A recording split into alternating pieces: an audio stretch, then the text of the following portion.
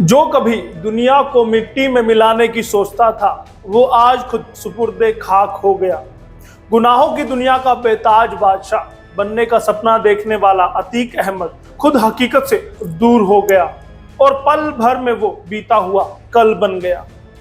अतीक अहमद जब तक जिया वो कानून को धत्ता बताता रहा और एक के बाद एक गुनाहों को अंजाम देता रहा, लेकिन उसकी जिंदगी के आखिरी पल जैसे रहे उसका इल्म तो खुद अतीक अहमद को भी ना रहा होगा। खासतौर पर अंत की जो कहानी विधाता ने उसके लिए रची, उस हकीकत से तो वो कोसों दूर रहा। सबसे पहले तो छोटे बेटे असद के एनकाउंटर के दुख से ही नहीं उबर पाया था और फिर खुद भी मिट्टी में मिल गया।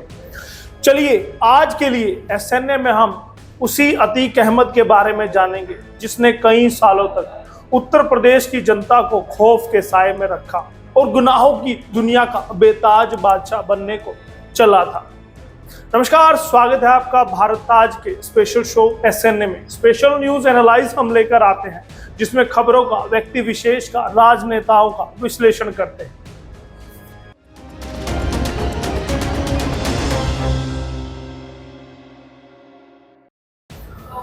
अतीक अहमद की हत्या के साथ ही राजनीति में दबंगई का एक चैप्टर खत्म हो गया।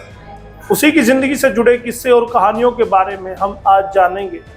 उसकी खून से सनी ऐतिहासिक दबंगई भरी गुंडागर्दी के बारे में जानेंगे।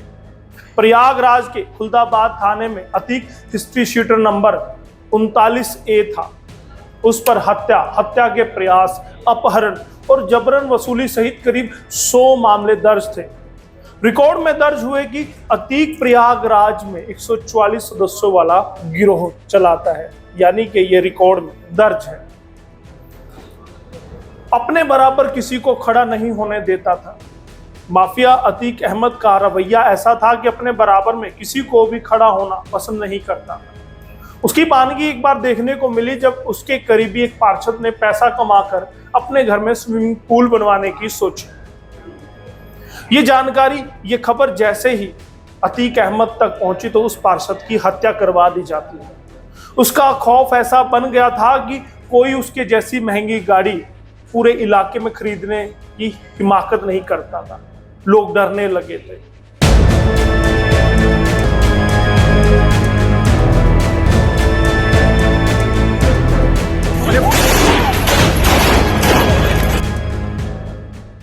तांगे वाले का बेटा अतीक कैसे बना गुनाह का सबसे बड़ा सौदागर।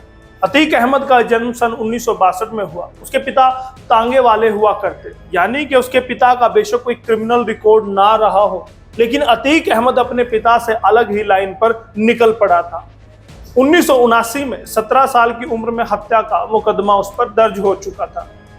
मात्र 17 साल की उम्र में बन गया था हत्यारा। अतीक अहमद पर जिंदगी का सबसे पहला और संगीन केस मात्र 17 साल की उम्र में दर्ज हुआ था। 17 साल वो उम्र है जब मासूम बच्चे स्कूली पढ़ाई के दरमियान होते हैं, खेल कूद में मशगूल रहते हैं, लेकिन अतीक अहमद पर तो मानो खून का जज्बा सवार था। 17 की उम्र में जब पहली बार हत्या को अंजाम दिया, तभी से उसके नाम की दहशत सी बन गई थी। फिर वो रंगदारी वसूलने का काम करने लगा था। अतीक अहमद की क्राइम फाइल, उसकी शुरुआती कसारी मसारी गांव से अपराध और फिर राजनीति की दुनिया तक हुई। उसके पिता हाजी फिरोज अहमद प्रयागराज में तांगा चलाते थे, जैसा मैंने पहले भी बताया, जबकि अतीक अपने पैतृक गांव कसारी मसारी गांव में स्कूल में जाता था। परिवार बाद में शहर चकिया चला गया। 10वीं कक्षा पूरी करने से पहले ही अतीक ने स्कूल छोड़ दिया था, जिसकी टीस उन्होंने भाषणों में भी कही थी। उन्होंने कहा था कि पढ़ाई करनी चाहिए, अपने बच्चों को पढ़ाया जाए, क्योंकि वो अनपढ़ रह के बहुत कुछ उन्होंने सहा है। अतीक ने चकिया में पहला अपराध किया और अपना गिरोह बना लिया, जिसमें ज्यादातर गांव के लुटेरे होते थे। पुलिस रिकॉर्ड के मुताबिक अतीक के खिलाफ पहला हत्या का मामला 1979 प्रयागराज के खुलदाबाद पुलिस स्टेशन में दर्ज हुआ था। बाद में वह जबरन वसूली, जमीन हड़पने सहित अन्य अपराधों में भी शामिल हो गया, यानी कि संगठित अपराधों की इस कारवे पर वो निकल पड़ा था। 1989 में सियासत में रखा था पहला कदम। आपने जब से होश संभाला होगा या राजनीति में आपका इंटरेस्ट जगा होगा, तब से आप अतीक अहमद को राजनीतिक व्यक्ति MP, MLA ही सुनते आए होंगे, लेकिन 1989 में ये राजनीति में आया था। अतीक अहमद ने गुनाहों की दुनिया के साथ ही सियासत की दुनिया में भी कदम रख दिए। आज से ठीक 34 साल पहले यानी कि 1989 में अतीक सियासत में उतरा और उस समय उसकी उम्र महज 27 साल थी, यानी कि वो चढ़ाई पर चढ़ाई करते जा रहा था। 1989 में पश्चिम विधानसभा सीट से निर्दलीय के तौर पर चुनाव लड़ा और जीत भी दर्ज की। चांद बाबा की हत्या से उभरा अतीक का नाम, यानी कि आप सोचिए कि कब उसके नाम की तूती बोलने लगी थी, गुनाहों की दुनिया में कब वो बड़ा सिरमौर बन गया। चांद बाबा कोई छोटा मोटा नाम नहीं था, बल्कि 1980 के दशक में शाहगंज में शौक इलाही उर्फ चांद बाबा का सिक्का चलता था और वो भी जाना माना गुंडा बदमाश था। अतीक के पिता से उसकी दुश्मनी ठनी थी, जिसके बाद से चांद बाबा अतीक के निशाने पर आ गए। 1989 के विधानसभा चुनाव में जब अतीक मैदान में था, तब चांद बाबा उसके खिलाफ चुनावी मैदान में उतरे। नतीजा, आने से पहले ही रोशनबाग स्थित एक होटल में चांद बाबा की अचानक हत्या कर दी जाती है। इसके बाद से अतीक बड़े बदमाशों में गिना जाने लगा, यानी कि वो बड़ा बदमाश हो गया था। कांग्रेस के उम्मीदवार को दी शिकस्त। अपने पहले ही चुनाव में अतीक निर्दलीय के तौर पर उतरा, जैसा मैंने बताया था। कांग्रेस के उम्मीदवार गोपाल दास को शिकस्त उन्होंने दी। कांग्रेस प्रत्याशी को 8000 से अधिक वोटों से हरा दिया था। निर्दलीय के तौर पर अतीक को 25,000 से अधिक वोट उस वक्त मिले थे। फिर 1991 में भाजपा को दी टक्कर। राजनीति में अतीक का कारवां चल निकला था। कांग्रेस को मात देने के बाद अतीक का हौसला बढ़ा और अधिक बढ़ा और एक बार फिर से चुनाव लड़ने की उन्होंने ठानी। सन 1991 में अतीक ने निर्दलीय के तौर पर फिर से चुनाव मैदान में ताल ठोक दी। इस बार भाजपा के प्रत्याशी रामचंद्र जायसवाल को 15,000 से अधिक वोटों से हरा दिया। फिर वक्त आता है 1996 का। तब एसपी ने, यानी समाजवादी पार्टी ने, जिसका जिक्र मुख्यमंत्री योगी ने भी, आदित्यनाथ योगी ने भी विधानसभा में किया था कि आपने पोषित किया गुंडों को, यानी उनका इशारा था। 1996 में पहली बार किसी पार्टी ने टिकट दी तो समाजवादी पार्टी, मुलायम की पार्टी, अखिलेश की पार्टी थी जिसको टिकट दिया अतीक को। फिर वो समय आया जब अतीक अहमद को एक पार्टी का साथ मिला। 1996 में समाजवादी पार्टी ने अतीक अहमद को टिकट दे दिया। उनके सामने थे भाजपा के तीरथ राम कोहली और उनके अतीक ने उन्हें भी मात दे दी। फिर एक वक्त ऐसा भी आया जब समाजवादी के खिलाफ भी चुनाव लड़ा। ये अपने आप में ही रोचक है कि जिस समाजवादी पार्टी के लिए अतीक अहमद ने चुनाव लड़ा और जीत दर्ज की, उसी के खिलाफ अतीक मैदान में उतर आया। बात है सन 2002 की कि अतीक अपना दल नाम की पार्टी से चुनाव लड़ रहा था। सपा के गोपाल दास यादव को उन्होंने तब भी मात दी, यानी कि वो लगातार जीत पर जीत दर्ज करता रहा। तो आप समझ सकते हैं कि उसके एरिया में उनका कितना खौफ या प्रभाव रहा होगा। चढ़ाई और रहा राजनीति का सफर, यानी कि वो चढ़ते ही रहे। अतीक अहमद की दादागिरी का ही नतीजा, उसका राजनीतिक सफर कभी नहीं थमा, वो हमेशा चढ़ाई ही करता रहा।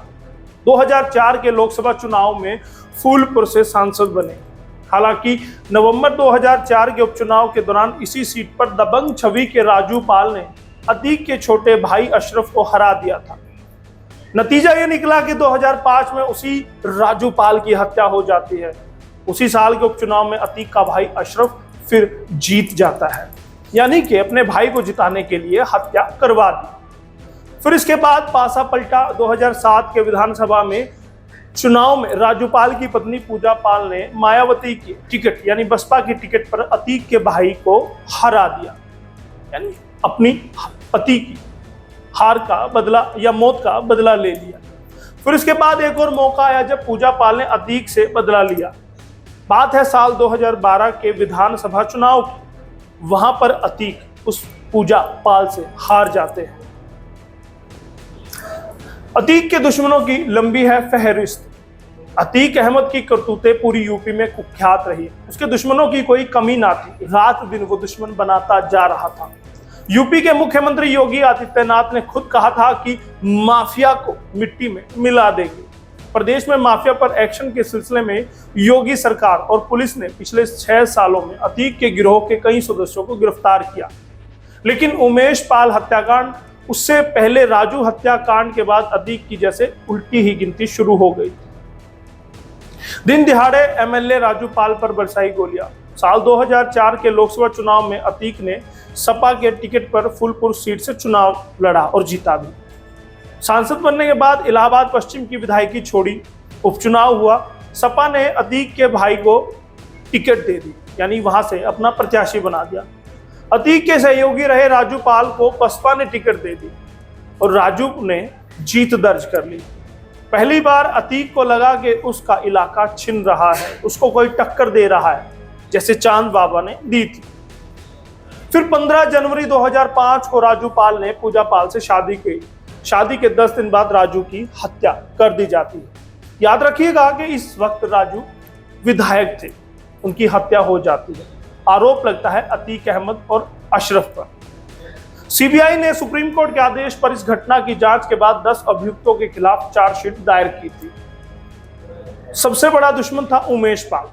अब राजू पाल की हत्या का चश्मदीद था उमेश पाल, इसीलिए सबसे बड़ा दुश्मन उसको माना जाता था।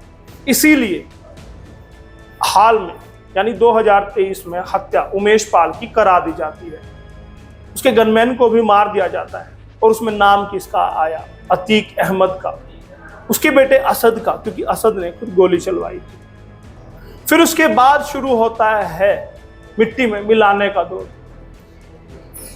उमेश पाल की हत्या के बाद विधानसभा में योगी आदित्यनाथ ने कह दिया था कि गुंडों को, अपराधियों को मिट्टी में मिला देंगे, इस माफिया को मिट्टी में मिला देंगे। एनकाउंटर में असद को मार दिया गया। उसके बाद नंबर आता है अतीक का। उमेश पाल की हत्या का रचा था षड्यंत्र। अतीक पर उमेश पाल हत्याकांड में षड्यंत्र रचने के अलावा 100 से अधिक मामले दर्ज थे। अतीक के पूरे परिवार के अगर मामलों की बात करूं तो 160 मामले पूरे परिवार पर थे। इसीलिए परिवार भागा भागा फिर रहा है। उसके बाद अगर बात करें फिर हाल फिलहाल की, तो हुआ क्या? उसके भाई अशरफ, पत्नी शाइस्ता परवीन, बेटे असद, साथी गुड्डू मुस्लिम और गुलाम पर बहुत सारे मामले थे। एक मामला उमेश पाल हत्याकांड का भी चला। अब आप जान लीजिए कि एक समय पर अतीक का सिक्का कैसे चलता था। प्रयागराज और शहर के बाहरी इलाकों में अतीक का खौफ था। फिर या यूं कहिए कि सिक्का चलता था। अतीक इतना शातिर था कि अपने विरोधियों को झूठे मामलों में फंसा दिया करता था, अपने पक्ष में बयान देने के लिए मजबूर कर देता था, गवाहों को रिश्वत देने से लेकर उन्हें धमकाने तक का काम करता था। इतना कुछ करने के बाद भी वो हमेशा कानून से बचता रहा और एक बार तो जेल में बैठकर उसने बिल्डर से दस्तखत करा लिए थे, यानी करोड़ों की संपत्ति अपने नाम जेल में बैठे बैठे करा ली थी। जेल में लाकर उस बिल्डर की पिटाई भी की, यानी कि इतना तानाशाह था, इतनी उसकी चढ़ाई थी। मोहित जायसवाल नाम के बिल्डर को देवरिया जेल में बुलाया गया, उसकी पिटाई की और करोड़ों की संपत्ति को हथिया लिया था स्टाम्प पेपर पर जबरन दस्तखत कराकर। और उसके बाद जब ये मामला उछला तो जेल अधिकारियों के खिलाफ सख्त कार्रवाई भी हुई और इसी मुकदमे में अतीक के बड़े बेटे उमर के खिलाफ मुकदमा दर्ज हुआ था। वो 2 लाख का इनामी बदमाश भी घोषित हुआ था। उमेश पाल की हत्या कराए जाने से उल्टे दिन शुरू है। जैसा मैंने बताया था कि उमेश पाल की अब हाल फिलहाल में जो हत्या हुई उसके बाद से उल्टे दिन अतीक अहमद उसके परिवार के शुरू हो गए। माफिया से कुख्यात नेता बने अतीक अहमद और उसके भाई अशरफ को प्रयागराज में कालविन अस्पताल के पास गोली मारकर हत्या कर दी जाती है। यह हमला उस वक्त हुआ जब दोनों को मेडिकल के लिए ले जाया गया था। दिन में उनसे वो हंसला जो हत्या में इस्तेमाल किया गया था वो रिकवर करने के लिए उनको निकाला गया था। शाम को जेल में छोड़ने से पहले प्रोटोकॉल होता है मेडिकल कराने का, वही मेडिकल कराने पहुंचे थे। पत्रकारों से सवाल जवाब के दौरान हत्यारों ने ताबड़तोड़ गोलियां चला दी। इस वारदात के बाद अब पूरे उत्तर प्रदेश में हाई अलर्ट है, धारा 144 लागू है और मुख्यमंत्री अपने उच्च अधिकारियों के साथ बैठक कर रहे हैं। लेकिन कुछ भी हो, कहा यही जा रहा कि एक अपराध का एक अध्याय समाप्त यूपी से हो चुका है। अब इस घटनाक्रम के बाद और जो अपराधी है उनकी भी सांसें उखड़ने लगी हैं, उनका भी बीपी बढ़ने लगा है। अब देखना होगा कि अगला कदम योगी आदित्यनाथ का क्या होगा, वो भी हरियाणा आज भारत आज आपको बताएगा। बस बने रहिए भारत आज के साथ। बहुत बहुत धन्यवाद। और एसएनए की ये स्क्रिप्ट, इतनी बड़ी स्क्रिप्ट लिखी थी पूनम दुबे ने और कैमरे पर थे दीपक कुमार और मैं आपका दोस्त यशपाल कंचन।